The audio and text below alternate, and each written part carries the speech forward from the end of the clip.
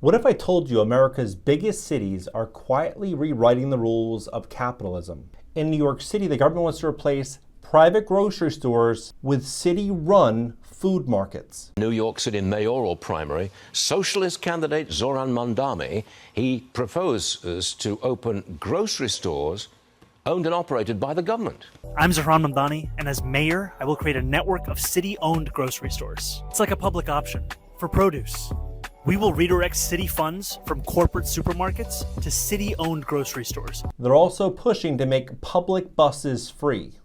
So as a state assembly member, I won the first of its kind Fare Free Bus pilot. We made one bus route free in every borough of New York City. And we secured $15 million to do so. And in Los Angeles, they're using private tax dollars to buy up hotels. And they're turning these hotels into housing for the homeless. Later today, Los Angeles City Council members will be voting on a plan to use taxpayer dollars to buy a historic hotel and turn it into permanent housing for homeless residents. This is not a debate about left or right. It's a fundamental shift into how cities function. And whether you love it or hate it, this is the new direction of urban America. So what happens when the government becomes a landlord or a grocer? Even your ride to work, what could go wrong? Because this isn't some future vision, it's today's reality. So what exactly are cities doing that have billionaires and multimillionaires relocating alongside very large, medium, and small businesses? And why are voters doing double takes on all this? Let's start with Chicago. After big name brands like Aldi and Walmart started pulling out of the urban center, Mayor Brandon Johnson floated the idea of operating government-run grocery stores alongside New York. Major grocery chains claim they left these communities because it just was not profitable. Southsider Shelley Williams welcomes any plans to bring grocery stores back. That includes Mayor Brandon Johnson's newest initiative to get the city into the grocery chain business. Yup, government-run grocery stores funded by taxpayers. And not just New York City, but now moving to Chicago. Chicago's mayor exploring the possibility of city-owned grocery stores in some Windy City neighborhoods. Mayor Brandon Johnson believes this will provide relief for communities without quality grocery stores living in those so-called food deserts. But after the massive backlash, they now want to pivot. Now the plan is a series of public markets. City-owned buildings where local vendors can sell fresh food in areas where big retailers bailed. Think of it like a farmer's market, but permanent and government-backed, protected, and sponsored.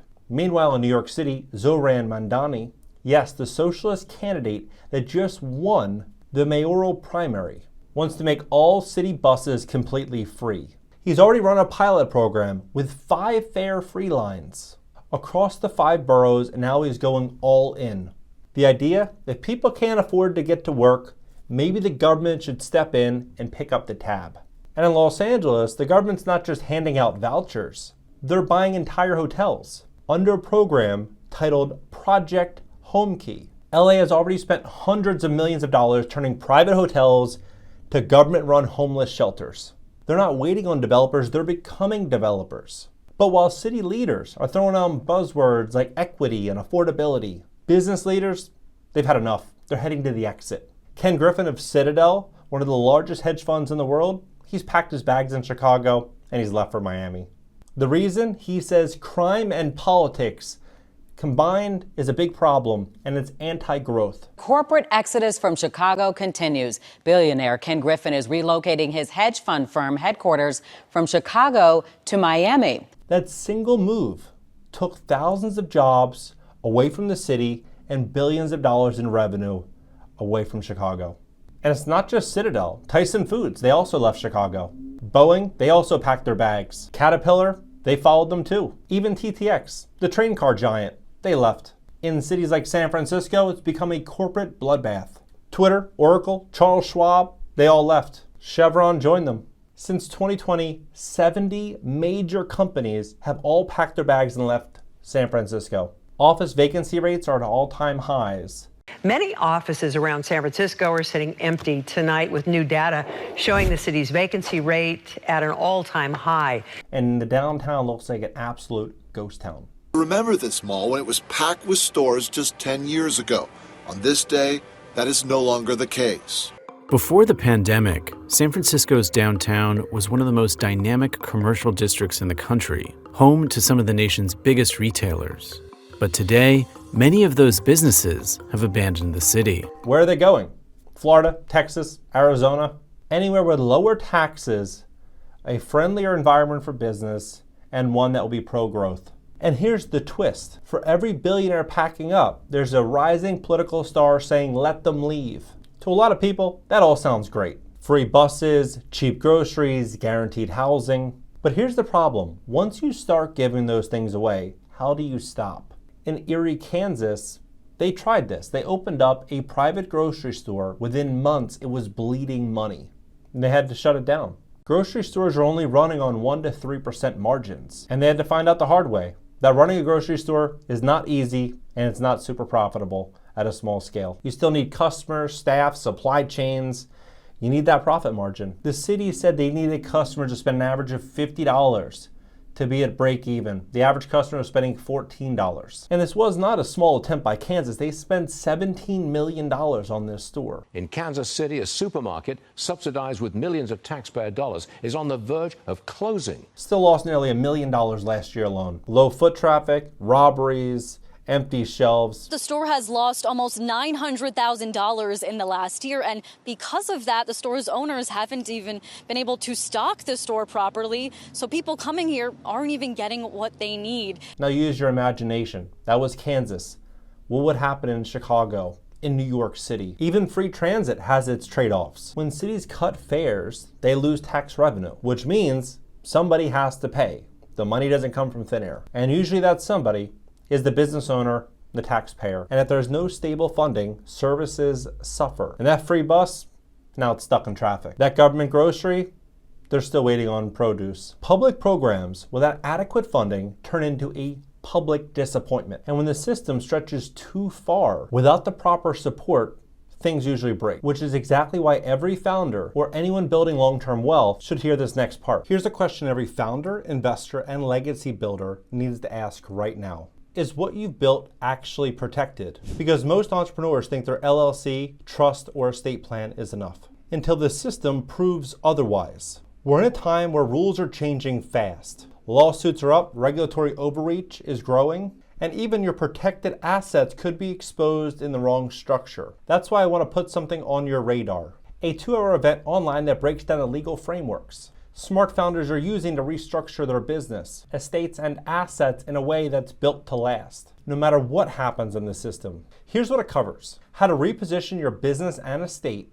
under a private legal structure outside of the reach of traditional regulatory structures. The one strategic mistake even experienced entrepreneurs make that leaves everything vulnerable. Why standard LLC, contracts, and trust aren't enough anymore, and what you need in place instead. The Trinity model uses 508c1As, PMAs, and private trust that builds a structure that's insulated, compliant, and secure for generations. This is about control, clarity, and long-term protection, especially in a time where system risk is real. If you've worked hard to build something valuable, go to divinelawmasterclass.com to register. It's free, but space is limited. Don't wait until it's too late to secure what you've built. Because while all this unfolds in big cities, the consequences, they are national. Let's talk about what this could really mean for the rest of America. What we're watching isn't just a local experiment. It could be the beginning of a totally different America. Big cities are building what looks to be a parallel economy, where the government steps in not just to regulate, but to provide housing, transportation, food. This structure of society could be soon funded by City Hall. But zoom out and here's the tension. While cities are sprinting towards socialist-style structures, most of the rest of the country is not on board. The urban-rural divide is widening, and fast. Businesses are leaving. So are retirees, families, and investors. And they're taking their money and their votes with them. If cities become too dependent on subsidies and their tax base hits the exit, who's left to fund the revolution? This isn't just a shift in policy. It's reshaping America's identity from capitalist first to something else entirely. Before you write it all off as a failed socialist experiment, consider this. Vienna, Austria, over 60% of residents live in government-subsidized or city-owned housing. It's clean, safe, affordable, And guess what? It's thriving. Or look at Luxembourg. In 2020, they made all public transportation free. Trains, buses, everything. No riots. No collapse, just better access to everyone. Luxembourg, a quiet, very prosperous country. Public transport will be free for everyone. But not every government-run model works. Venezuela famously offered mass subsidies and nationalized services. What happened next? Shortages, runaway inflation, and an absolute crisis. Venezuela has, of today, the highest inflation in the world. Venezuelans today cannot eat. You see people eating from the garbage. So what's the difference when sometimes it works and sometimes it doesn't? There's long-term planning, public trust, and funding. It's not just about giving away free stuff, it's about building things that will last. That's the question now. Can US cities actually pull this off, or are we racing towards something that we are not prepared to maintain? This may be the most ambitious experiment American cities have ever attempted. So what do you think? Are these policies the solution to a broken system or the start of something even more dangerous? Let me know in the comments. Would you live in a city where the government owns a local grocery store, your bus route, or even your housing? And if you want to see where all this goes next, subscribe, because this story is just getting started. My prediction is we are going to start to see more and more and more government dependence in American big cities. I believe we're going to see a major shift in landlord-tenant laws becoming much more pro-tenant in locations like Los Angeles, San Francisco, New York City, and Philadelphia. We're going to see a really big opportunity that these local governments are going to use to gather more and more and more control. And I believe we're going to start to see a really big shift in how people operate their businesses, where they run them from, and overall, a really big change in America coming over the next 5 years. What do you think about this entire situation? Let's have a conversation about this below. I'll catch you next video.